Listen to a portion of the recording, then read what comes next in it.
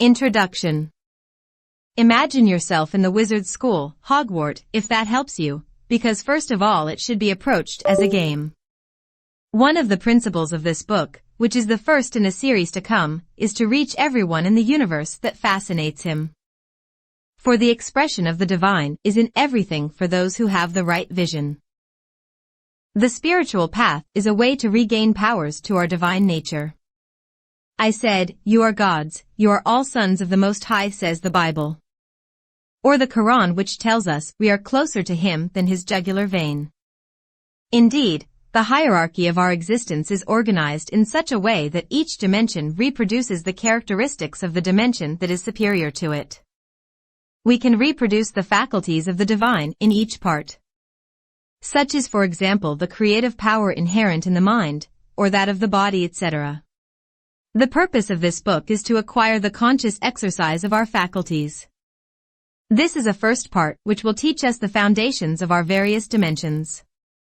It will be sufficient for some, but for others it will require other works that will detail the theoretical aspect. Here we will focus on simple expressions of various practices, preceded by a brief introduction, and all this with the assistance of various characters from the Harry Potter series. This work is divided into 5 parts, each of which contains a series of 10 brief exercises organized according to 5 dimensions of our being. 1. Air part. Mental dimension. You are here to reconnect with your old powers, but forget them for now. Focus on the spirit of the ultimate wizard, the divine. As you ascend to him, all his powers will be yours. We will go gradually. Where is the divine? Everywhere. But only pure beings can see it, as Swami Vivekananda would say. So let us try to purify ourselves, to rise above our mortal condition by casting our very first spell, that of immortality. The mind is the first obstacle but also the first tool. It is capable of creating as well as the divine and much more easily than any other part of our physical nature. Therefore, it must always be under your authority. But you cannot tame it by coercing it. We will take various derivative paths that will lead us to mental calm. It is a game of aspiration, intention, etc. 1. It's not our abilities that determine who we are, Harry, it's our choices. Dumbledore. Our abilities reflect what we can receive.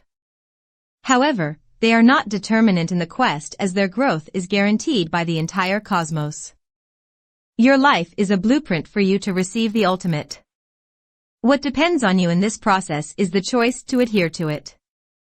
Our practice here is to renew our will and direct our aspirations as much as possible towards the supreme consciousness by constant reminder. 2. I solemnly swear that my intentions are bad. Harry to Ron. We cannot voluntarily decide to make all our intentions positive. They are often only the consequence of underlying energy polarity. However, we can evolve with very few personal intentions. As Sadhguru would say, things become wonderful when we can give them our attention without intentions. Our practice here is to suspend our intentions, which are likely to produce a mental shift from the present. We must practice contemplating events without intentions, which will often lead to an increased intensity of attention. 3. Know that you have nothing to fear if you have nothing to hide. Harry Potter and the Deathly Hallows, Part 1. One of the obstacles to accessing mental powers is our own reluctance to expose our own. Our mind is a universe that we want to keep secret at all costs, because of the nature of the thoughts that occur in it. However, we are wrong to attribute these thoughts to ourselves. The only link between you and your thoughts is that you attribute them to yourself. When we live our daily lives together, every element we experience leaves its mark. Over many years of life, this has given rise to recurring patterns, and we have identified with them. They are just traces of the various experiences that we have lived and that have been impregnated in us.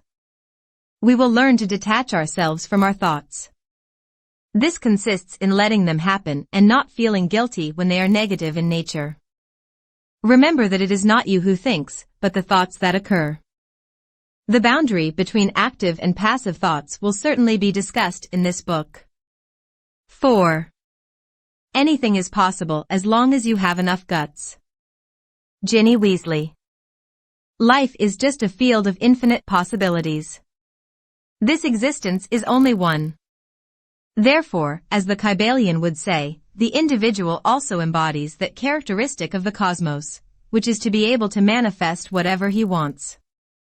In order to gain great power of determination over this existence, one must raise his consciousness above the material plane. Any intention that one generates in a dimension that is higher than the material plane has a strong chance of being realized. Our practice will be to do as Jesus Christ said, "Ask in my name and you will be heard." This means doing it from a high state of consciousness. So all your intentions in your highest level of consciousness. 5. Success depends on the strength of conviction, not the number of supporters. Remus Lupin to Kingsley Shacklebolt. Your greatest ally in this quest is certainly your will. It is your will that can carry your aspiration to its destination. Cultivate it as much as you can. Keep your goal in mind and make it present in all dimensions of your life. This can be done by posting pictures that remind you of it and using objects that play the same role as recommended by Eckhart Tolle. In practice, this simply means using your willpower when the urge wanes. It can be the desire to meditate, do sports or any other activity that could bring you closer to your goal. 6. I have read your heart, and your heart is mine. Lord Voldemort. When your heart belongs to the divine, nothing can turn you away. The heart is the seat of the greatest force of will. The goal is to make the divine dwell in our heart. And for that we must go and find the burning spiritual fire that burns within us. This is called Agni. Our practice consists of paying close attention to the heart area. In this region of the chest as well as in the solar plexus, adverse energies can create tension. One can consciously unravel them and dive deeper into them to find what they are hiding. As Ajahn Chah would say, liberation is found where there is suffering. In this case, follow the path of this energy, it will lead you deep enough to find that burning fire. 7. But I do everything I can. All you can do is not enough. Harry and Hermione. As Sadhguru would say, efforts must be coupled with grace. For the former would require several lifetimes in order to achieve something, while the state of grace makes things much simpler. As for the grace, there is only to aspire and to wait. The results will always be proportional to our faculties to receive them, but always much higher than the result that our efforts deserve.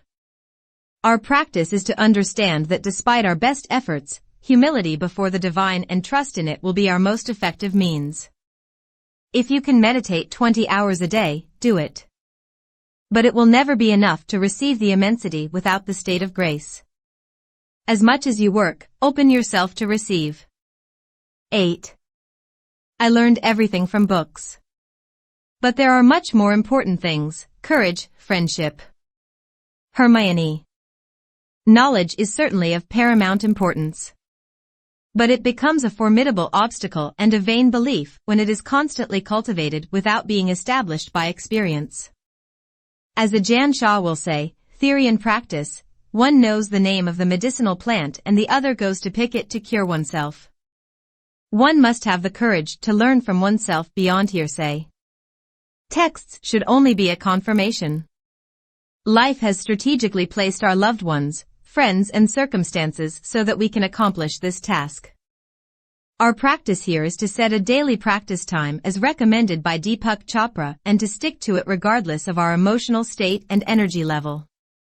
In order to do this, we must be reasonable when setting this daily goal without letting ourselves get too zealous as a beginner.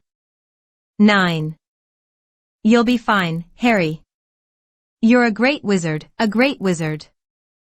Not as much as you. I learned everything from books. Hermione and Harry. We must pay attention to the ability of knowledge to give the illusion of experience. Spiritual books are sources of inspiration and reference when one has already lived the experience in oneself. When diving into them, one should not neglect this practical aspect as well. The most illustrative example of this fact comes from religion, where various notions are learned by the followers without the underlying substance which is the experience. Thus, the change is not real, it only depends on a kind of credibility that faith allows the texts to have.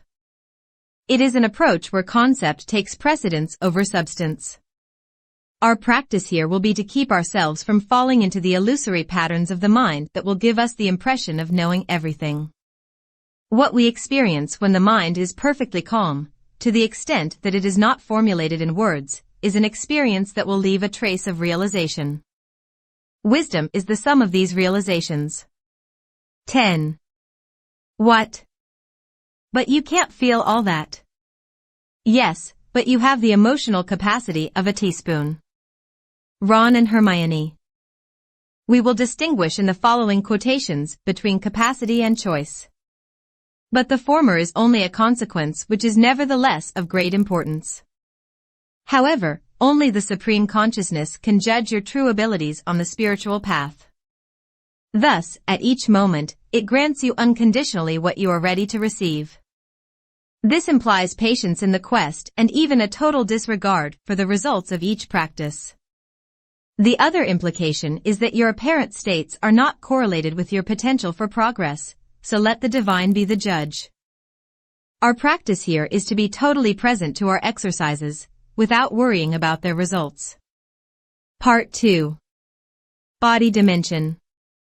The true nature of this body is obscured by the presence of a bunch of parasitic dimensions. Here we will learn to distinguish between these dimensions. As Mother would say, you must first know yourself before giving yourself to the divine. If you want it to imbue you with its powers, you must first know the environment that will receive them. 11. If you want to know the true nature of someone, look at the way he treats people who are inferior to him and not his equals. Dumbledore to Harry. This existence only makes sense in the diversity of expressions of the supreme consciousness, found in different strata of species, and different interspecific races. The main implications are that there are various paths to the supreme goal and that the notion of superiority does not ultimately exist. Our practice is to take advantage of this diversity by a full openness without judgment to its diverse expressions. For the religious, it will be a question of getting out of the compartmentalization of the spirit, which is the cause of the impression to have the best divine way. 12.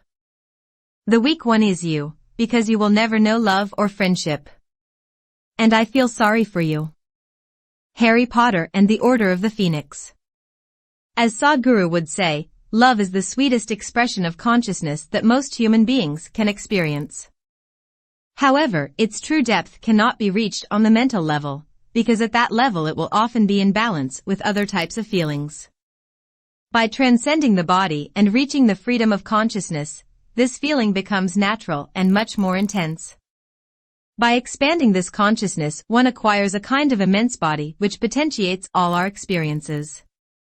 Our practice here is to work on acquiring our infinite nature, and to do this we use one of the most popular mantras, which is I am. Repeat it as much as you can, in every situation you can, and focusing on the feeling it brings. 13. Come on, Tom, let's finish the way we started. Together. Harry to Lord Voldemort. This is a sentence that every individual should say to humanity and to the whole of existence. For we have a common destiny. The world has gone through different ages, and for each of them, its global status was the sum of individual consciousnesses and not only that of an individual. The exclusivist religious approach is a real problem for this design.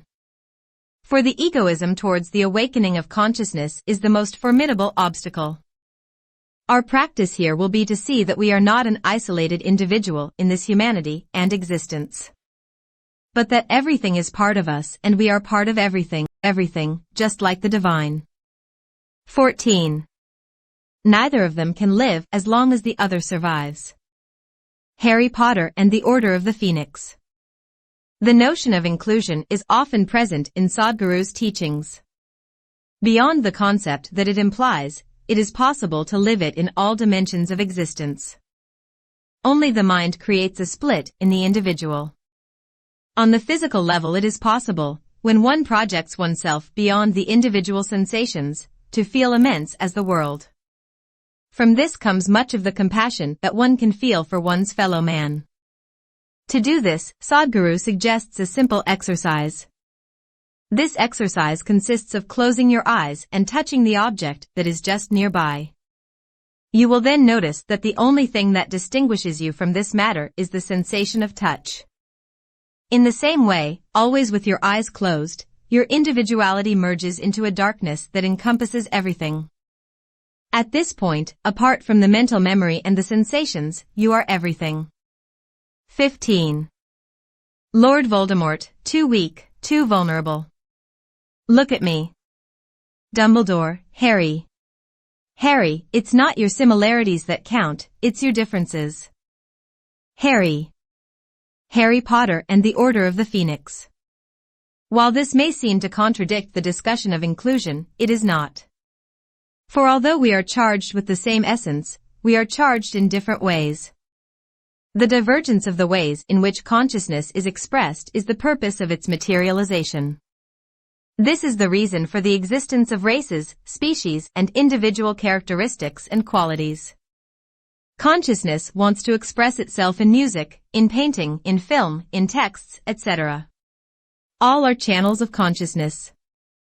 Our practice will consist in giving a dimension relative to the supreme consciousness to all that we undertake. To do it with the highest perfection of which one is capable in order to honor its source. Later we will even learn to do it from a higher consciousness and thus put the divine directly in contact with its works. 16. The word of a child, however sincere it may be, has no meaning for those who do not know how to listen. Dumbledore. In religious traditions, the gentleness of their initiators, Jesus Christ and Muhammad etc., are often mentioned. They did not treat them like children, but with great deference. In the same way, we are constantly witnessing the compassion and respect that the Pope shows to the children he meets. For those who know how to see beyond the physical, the age of the body is very relative and of little significance, because beyond it there is a soul that carries the memory of long lives and from which one can always potentially learn. The condescending attitude towards the young can only obscure what they can leave us. Didn't Jesus Christ say, "Let the little children come to me, and do not hinder them, for the kingdom of heaven is for those who are like them"? Our attitude will therefore be to learn to give attention to the lesser as well as to the greater. It could also be summarized by this recommendation of Sadhguru to his daughter: don't look down on anyone, and don't look up at anyone. 17. I don't want to play that role anymore, because you care too much, and the more you care, the more you have to lose. Harry. The Dalai Lama's teaching is compassion without attachment. For it is attachment, as mentioned earlier, that acts as a burden and weighs the individual down, making him unable to spread his wings and fly freely. Training in this form of compassion allows one to participate in the well-being of others, and to want the best for them with all one's soul, but all the while being in a state of inner fullness. When inner wholeness is achieved, one can move forward in the world without becoming attached to it. Our practice here will be to exercise compassion without attachment. Without doing so, you must focus on one individual at a time and remain focused on that feeling. As this feeling is present in you, it will become more intense and regular. 18. I'm Harry, just Harry. Harry Potter and the Philosopher's Stone. Identity is a weight that we carry around with us. In order to become light, it is necessary to unload this weight as well as all that it is possible to let go of. In the ultimate stages, one lets go of one's body and mind and thus becomes life. As a Jan would say, let go of suffering, let go of love and come to where it is cool. This body, Sadhguru keeps reminding us, is just an accumulation of earthly matter. Who were we before we took this form, and who will we be after we abandon it? The answer lies in repeating the mantra I am, which we have probably already mentioned. Repeat it in various situations and you will be established in a higher dimension than the physical each time. This is an effective way to connect to the higher dimensions to which you have access. 19. The problem is that humans have a knack for desiring what hurts them the most. Dumbledore. There are 4 desire centers within us that we all need to convert in order to make them peaceful. These centers hold an energy that when converted to a quest makes it much easier. These centers are the seats when left to their unstable nature, of fear, of carnal desires. This tends to subjugate the will and one becomes a sort of slave to it. One then feels that one cannot escape it. Our practice consists in realizing that these desires have no strength other than that which we lend them. And also to pay attention to the center that generates them in order to bring the light of attention there. These centers are projected under the umbilicus, between the umbilicus and the heart, in the heart and between the heart and the throat. 20. It takes courage to face your enemies, but it takes even more courage to face your friends. Dumbledore to Neville. The connection established at the spiritual level with the Supreme Consciousness is the one that should govern all our friendships and other forms of relationships. This approach transforms common relationships into spiritual ones. It implies knowing the other person beyond their apparent nature. When this is done, our presence is enough to help them get in touch with their deeper self, and this gesture also facilitates our own quest because we receive what we give. Courage here consists in maintaining this same attitude in all situations. Our practice here will be to suspend judgment on others, and try to see in them what we hope for in ourselves. This is equivalent to wishing them liberation and ultimate bliss. 3. Part. Energy dimension. Stability of energy ensures elevation. Be at peace and you will know that I am God, says the Bible. The goal is to stabilize your body through your energies, like the quiet pond through which we can see and which transmits much better and further the waves that we communicate to it. You do not have to create this peace, it is natural for your body. It is natural for your body. It is therefore a matter of paying attention to what disturbs it and invoking peace so that it emerges from the superficial disorder. 21. You are not a bad person. You are a good person who has had bad things happen to him. Sirius Black. A pure essence exists in everyone. After enormous events, translated in various ways by religious traditions, original sin, sins etc., our outer being has lost contact with its inner light. The whole process of life is to recover this contact with our being of light. The judgments of the outer being have no real value from this point of view. Our practice here is not to give in to pessimistic judgments about our legitimacy to progress. Beyond that, keeping a near-blind optimism that every advance will come at the most opportune time. 22. Soon we will all have to choose between the good and the easy. Dumbledore to Harry. The apparent evil that happens to us can conceal enormous good. Our considerations often take into account parameters that are not holistic and focus on a particular direction. We judge events through the prism of our immediate feelings. Serenity in the face of an ordeal is what guarantees that we will benefit from the plan that it has come to realize. By being patient in these difficulties, we can only reap, first and foremost within ourselves, infinite benefits. Our practice here is to accept that trials are part of life. We must then accept them and always keep in mind that no matter how intense they are temporary in the face of our eternal nature. When judgment is suspended, neither good nor evil exists. 23. What if after each of the trials I went through, something was wrong with me and I became bad? Harry to Sirius Black. When we are aware of the shadow part in us, we know at every moment that it is a balance between it and the light. It is a perpetual struggle. No one can escape it as long as he lives this exchange with humanity as we know it today.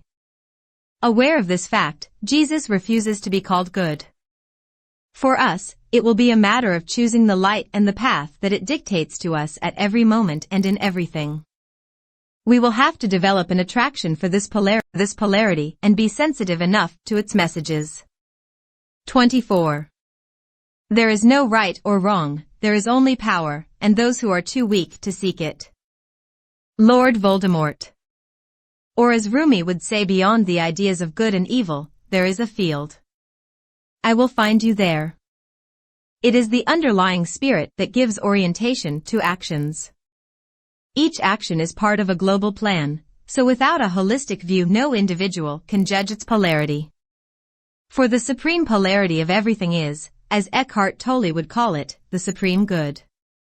Nothing can reach you that was not intended for you. This realization carries with it a significant serenity in the face of the unknown.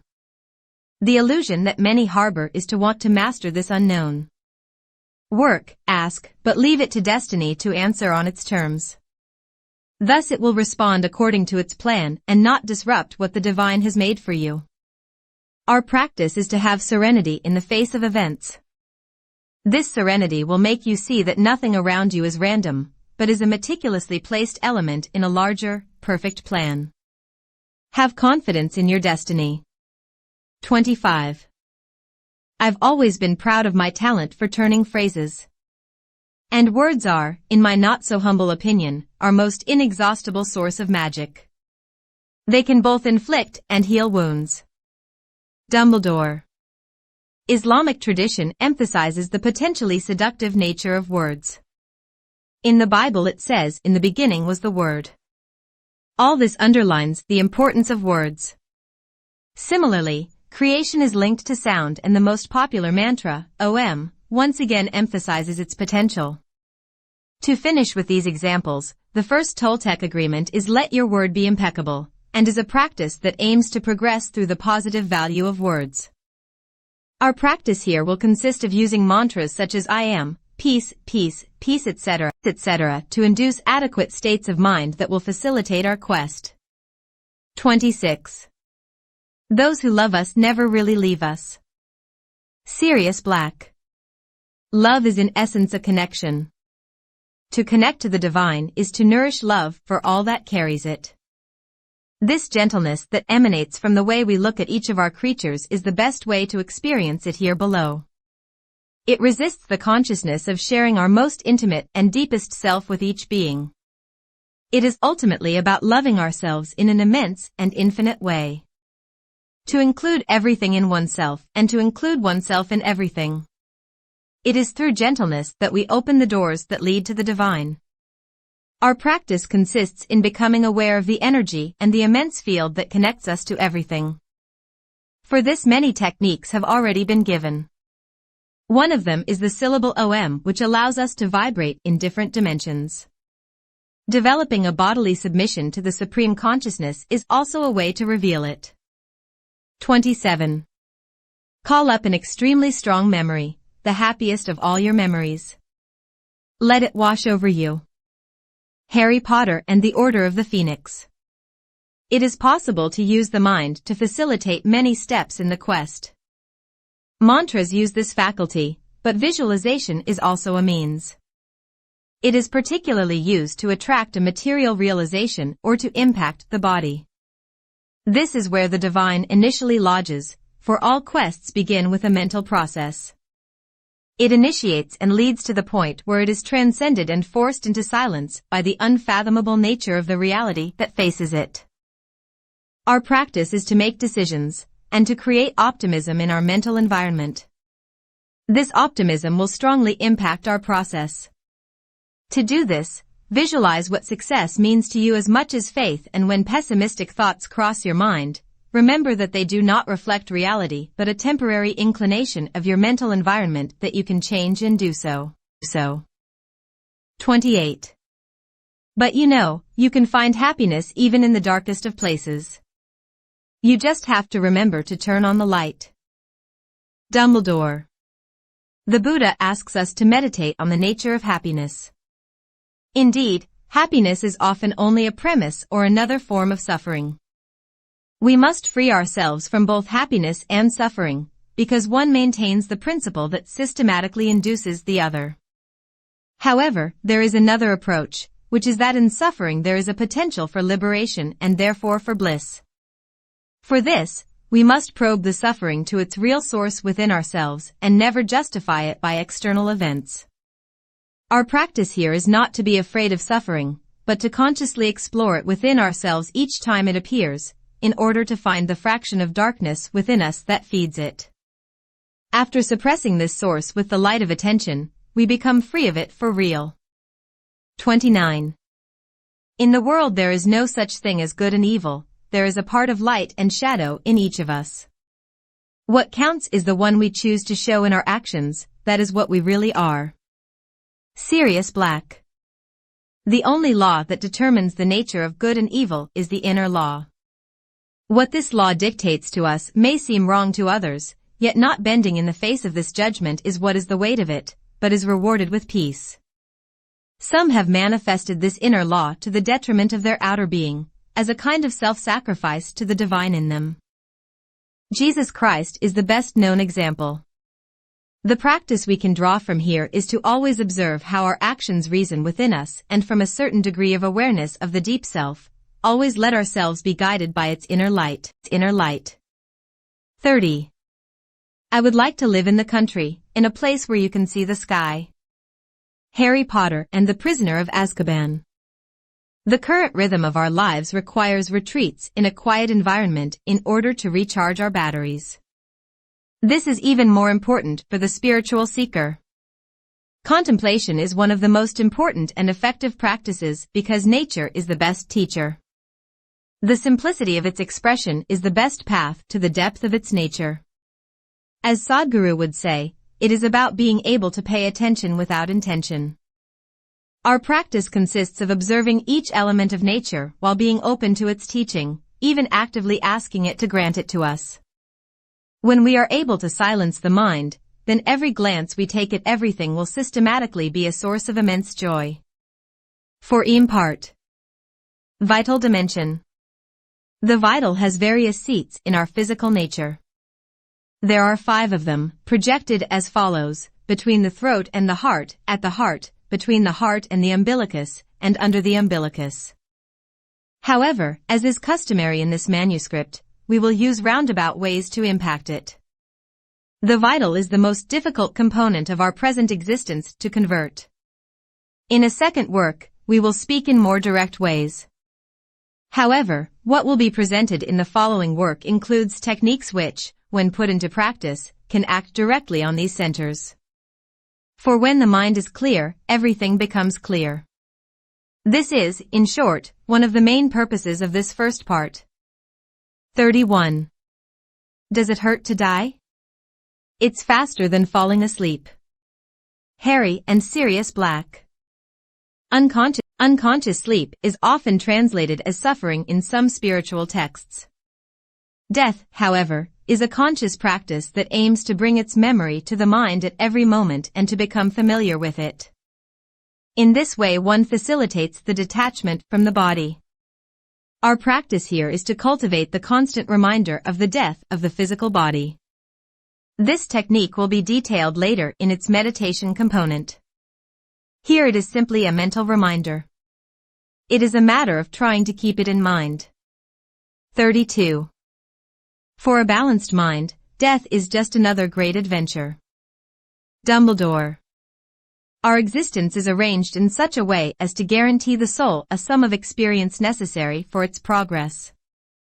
It only experiences death as a transition to a whole new amount of experience. In your present life, knowing that there is no experience that your soul has not known or will not know is very soothing. One then spontaneously stops envying others and fully experiences the present. Full attention in the present experience is necessary for the soul to learn from it. So our goal is to get into the reality that we will have a wide variety of experiences of which this is only one. 33. Harry Potter. The boy who lived, prepare to die. Avada Kedavra. Lord Voldemort to Harry. There are teachers who advocate that the culmination of the body's progress is its immortality. However, to covet this immortality of the body is to misunderstand the nature of the present existence. Earthly life is possible because of a perpetual cycle of birth and death at various levels. Thus, by understanding this nature of our own existence, we become familiar with a reality that has the ability to free us from fear. Our practice will be dictated to us by the Buddha Gautama Siddhartha. It consists after having positioned oneself to meditate, to see progressively the death in each part of the body. See it in your hair, on your forehead, in your ears, and so on down to your toenails. 34. The fear of a name only increases the fear of the thing itself. Hermione to Lucius Malfoy. The third Toltec agreement says, do not make assumptions. Instinctive fear comes from our prejudices about the world and is the trace left to us by our animal origin. This form of fear is different from the fear that Eckhart Tolle calls psychological fear, which must be completely annihilated because it is one of the most formidable obstacles in the spiritual quest. But how to do this? Beyond the world of assumptions there can be no fear. Because psychological fear is always about an event that has not yet happened, it is mental. Our practice here will be to realize this purely mental nature of the object of our fears and to reconnect, when this happens, to the present moment. 35. What you are most afraid of is fear itself, that is a proof of wisdom. Remus Lupin to Harry. Wisdom is a consequence of the relationship with supreme dimensions. Therefore, it is different from human intelligence. It is an intuitive intelligence without the prejudices of the mind. Fear being an anticipation when it is psychological, wisdom is to know how to see it in this nature. As the book A Course in Miracles says, nothing real can be threatened. Nothing unreal exists. In this lies divine peace. Our practice is to meditate on fear when it appears, in order to see its nature and purpose, which is often illusory. 36.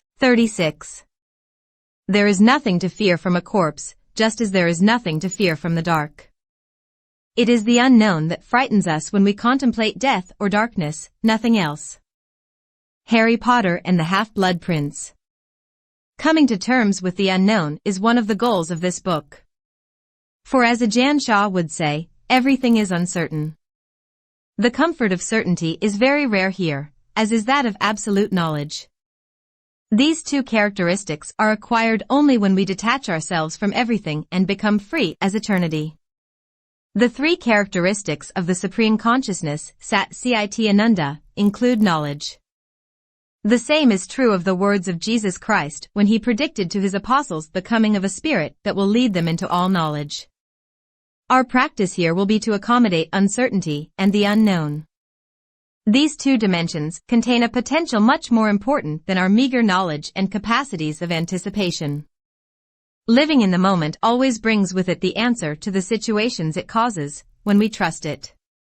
Accommodating uncertainty and the unknown is one of the best exercises in confidence. 37. You'll see that some wizarding families are better than others. Potter. Draco Malfoy. The family is not a haphazard association of individuals. It is an intelligent combination of people who may have been related in previous lives. What is certain is that they complement each other in some way in the present experience by a community of destiny.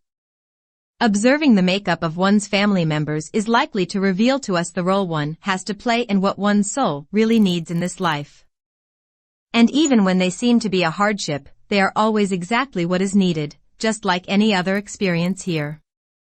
Our practice will be to develop patience with the challenging aspects of our relationships. The exercise of compassion in its mental stage is much easier with those we know. We can easily imagine their situation and put ourselves in their place. The point here is to put ourselves in the other person's shoes whenever a disagreement arises. 38. Every man is enriched when the spirit abounds. Luna Lovegood. Unless it is a test, a spiritual being is never poor. In fact, wealth is often the ultimate test that the divine has in store for him. And when his soul does not cling to the world in spite of this abundance, in the final moments of his existence he will rise gracefully to fulfill the perfection of his quest to be fully in the divine. Wealth plays the role of attachments in the world for many souls. It is just a means to many others. It is an energy that one must learn to draw and circulate, as Deepak Chopra would say. Our practice here consists of visualizing abundance according to the meaning we personally give it. Close your eyes in a meditative position. Imagine yourself in a peaceful and quiet environment, preferably high up. Imagine a light coming out of your forehead and forming beams that gradually encompass your entire field of perception, then in that moment formulate your desires. This is the practical technique by all. However, if you are aware of the field of pure potentiality, connect to it and simply formulate your desire. 39. Things always come back, but not always in the way you think. Luna Lovegood. Karma is a law often understood as divine justice. But above all, it is meant to lead each individual to his or her ultimate goal. It is the tool that life uses to allow the individual to learn from his or her actions and to retain what he or she has learned throughout life. For the one who cultivates a natural compassion and a natural tendency towards gentleness, the consequences of his actions always return to him in the form of progress.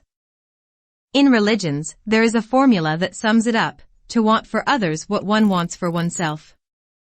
Our practice will consist in using this roundabout way of progress, where in order to advance we give to others our benevolence. We will cultivate at all levels our ability to understand others. This starts with a mental knowledge, then evolves to an understanding produced by a projection of oneself the other.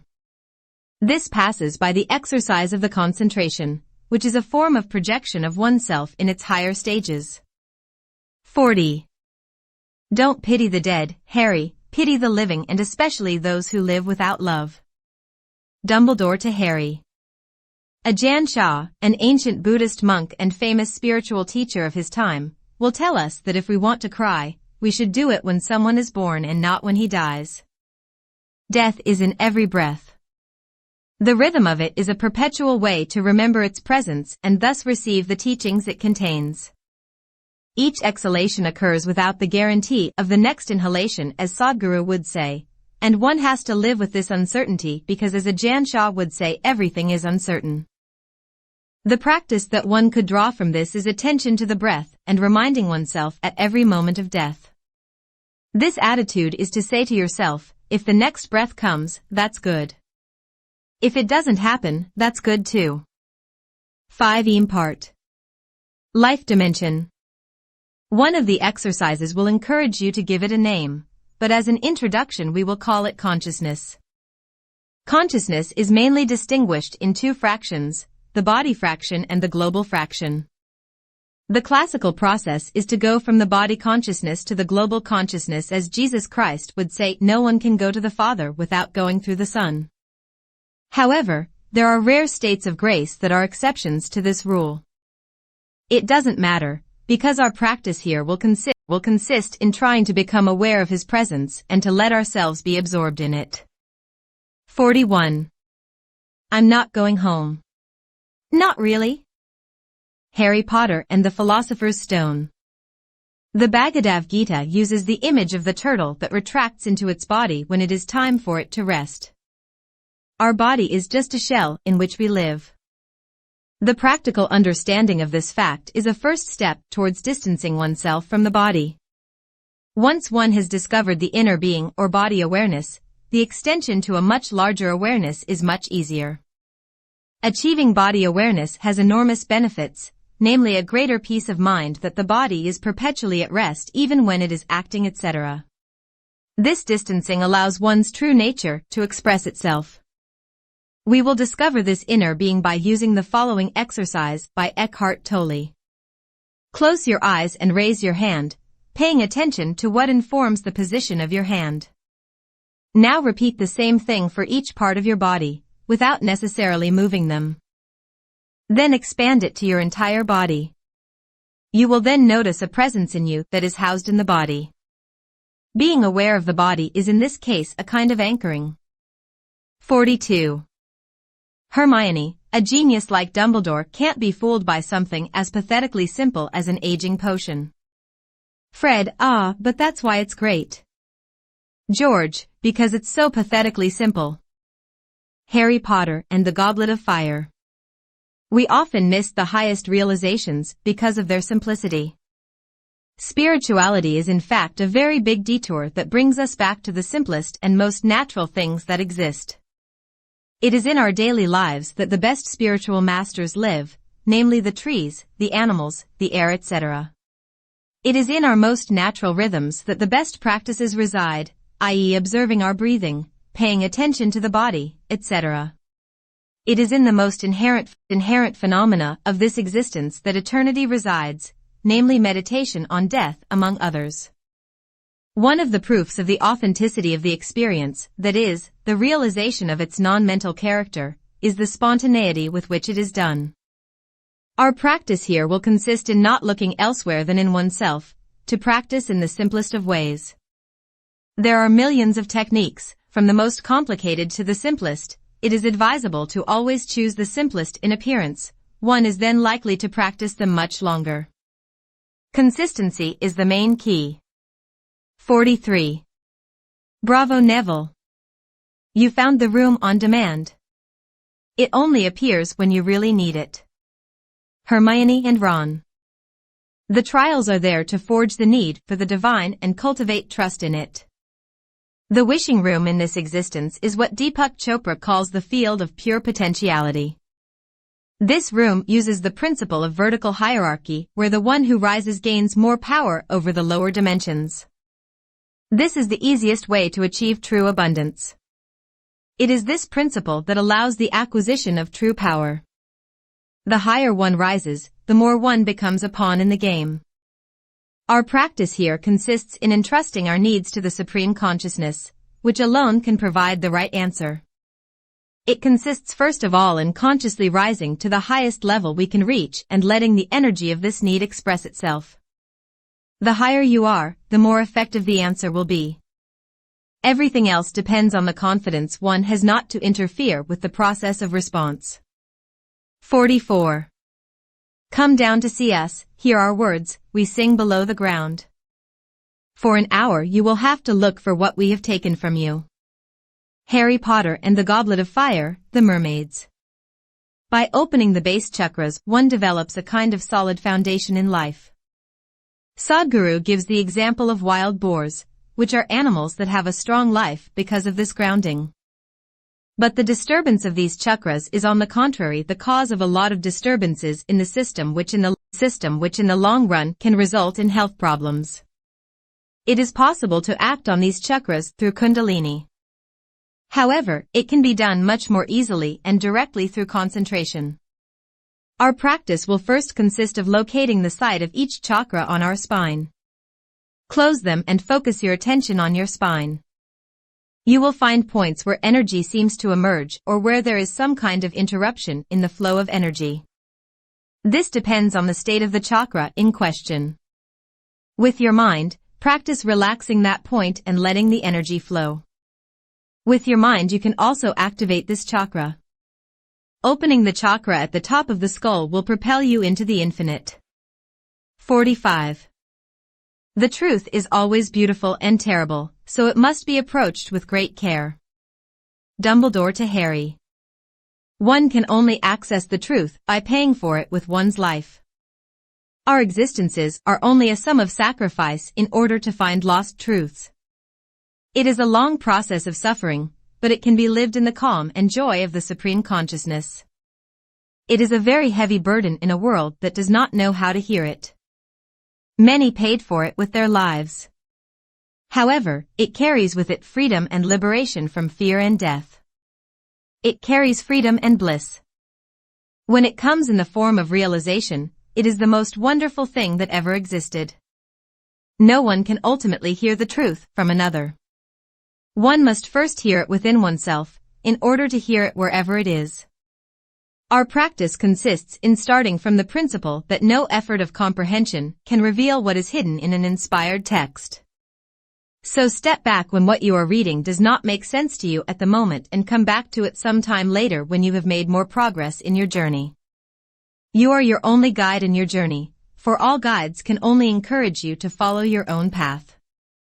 Have confidence in what the divine has placed in you.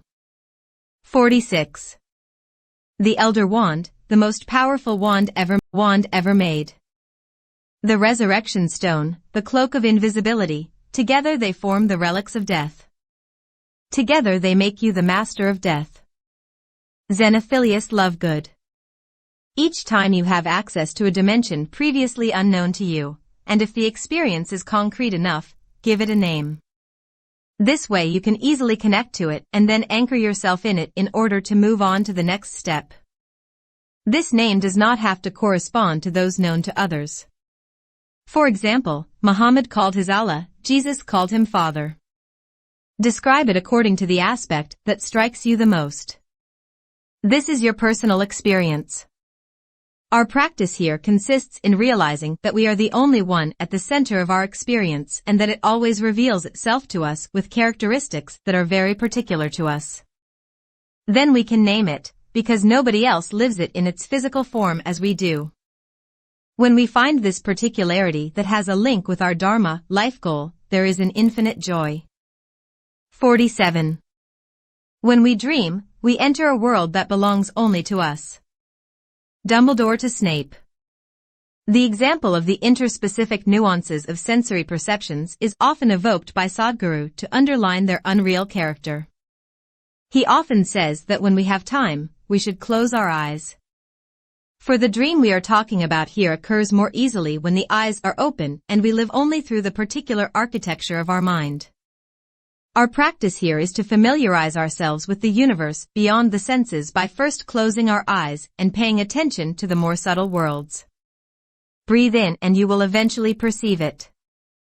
48. Professor, is this all real or is it all in my head? Of course it's in your head, Harry. But why should you conclude that it's not real? Harry and Dumbledore. As Sri Aurobindo would say, there are no false experiences but only incomplete ones. The Kybalion reminds us well that our world is a mental world, which means that its reality is formed at that level. Our mind is the filter through which everything is translated. In order to live in a non-mental way, we must go beyond the senses and touch the subtle and the being. This is the only way to get out of this world, which is a dream. In a dream it feels real. Our practice here is to ask ourselves the question, who is experiencing when an event occurs in our environment, sound, taste, image, sensation, etc. 49. It doesn't do much good to settle into dreams and forget to live. Dumbledore. The dream is just another form of reality. As Sri Aurobindo would say, no experience is wrong.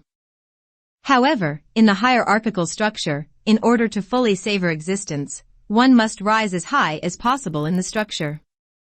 One rises from the abyss of this ladder, as it were, and gets closer to the divine essence. It is easy to get caught up in the reality where our consciousness is poisoned. However, one must always have the aspiration to rise, and this will always end up being the case. Our practice will consist in always putting into perspective the level of consciousness that we have.